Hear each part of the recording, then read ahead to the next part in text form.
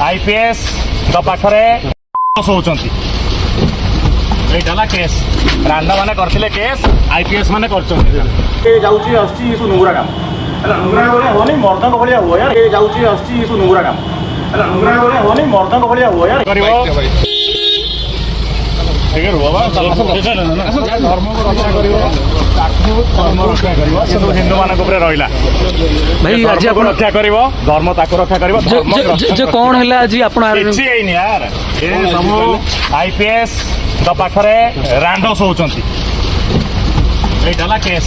रांडा माने करथिले case IPS माने करचंती की अछंती Anup Sahu IIC Chandrashekhar IIC Infocity थाना यही माने चलंतु कोन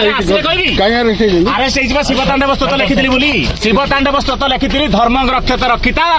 धर्म को जे रक्षा करिवो धर्मता रक्षा करिवो ओडिसा रा प्रत्येक हिंदू मो सहित अछंती शिवतांडव स्तोत्र गाइथिली बोली आगे अरेस्ट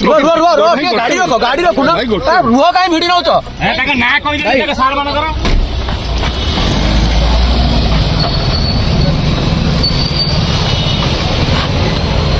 जाउची आछि सु नुंगरा काम हला नुंगरा बोले होनी मर्दन भलिया हो यार ମୁଁ ଆଜି ଗୋଟେ ଟପିକ୍ ମିଶ୍ର ଭାଇ ବିଷୟରେ ଗୋଟେ କଥା କହୁଛନ୍ତି ଆପଣ ତ ଭିଡ଼ିଓର ଥିମ୍ବଲ୍ ଆଉ ଇଏ ଦେଖି ଜାଣିପାରିଥିବେ ମୁଁ କାହା ବିଷୟରେ କଥା କହୁଛି ମୁଁ ଗୋଟେ ଭିଡ଼ିଓ ମାଧ୍ୟମରେ ଏତିକି କହିବାକୁ ଚାହୁଁଛି ଯେ ଟପୁ ଭାଇ ଆମକୁ ଆମ ଯୀଶୁ ଠାକୁରଙ୍କୁ ନେଇ ଯେଉଁ କଥାଟି କହିଲେ ସେଇଟା କି ଠିକ୍ ଏତେ ପରେ ସେ ଜେଲ୍ ଯିବା ଫଳରେ ସେ ପୋଲିସଙ୍କୁ ଅଶ୍ଳୀଳ ଭାଷାରେ ଗାଳି ଦେଉଛନ୍ତି ଏଇଟା କି ଠିକ୍ ଆପଣମାନେ କୁହନ୍ତୁ ଯୀଶୁ ତାଙ୍କ ଜାଗାରେ ଠିକ୍ ଅଛନ୍ତି ମୁଁ କେହି ଧର୍ମ ବିରୋଧୀର କଥା ମୁଁ କହୁଛି ଯେ ଆପଣ ହିନ୍ଦୁ ଆଉ ଗୋଟେ ଧର୍ମକୁ କେମିତି ଅସମ୍ମାନ କରିପାରିବେ ଠିକ୍ ଅଛି ମୁଁ ମାନୁଛି ଯୀଶୁ ନାହାନ୍ତି ଏକଲା ମୋର ମତାମତ ସମସ୍ତଙ୍କୁ ନେଇ ଆଣିବାଟା ଠିକ୍ ତେଣୁ ଆପଣଙ୍କୁ ଯଦି ଏ ଭିଡ଼ିଓରେ କିଛି ଟାଇମ୍ ମୋ କଥାରେ ଭଲ ଲାଗୁଥିବ ତାହେଲେ ଲାଇକ୍ ଆଣ୍ଡ ସବସ୍କ୍ରାଇବ୍ କରନ୍ତୁ ଆଉ ଗୋଟେ କଥା ଯେମିତି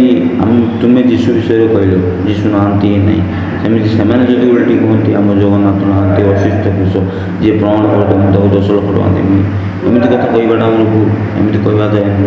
କାହାରି ଜାତି ଧର୍ମ ନେଇ କଥା କହିବାଟା ଆମର ସବୁଠୁ ବଡ଼ ଭୁଲ ତେଣୁ ମୁଁ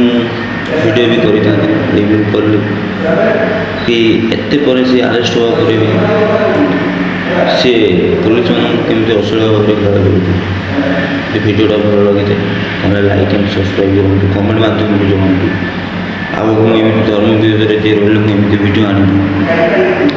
ଯଦି କିଛି କହିବାର ମୋର ଭୁଲ ହେଇଥାଏ ତାହେଲେ ମୋତେ କ୍ଷମା କରିବେ ହଉ ଜୟ ଜଗନ୍ନାଥ।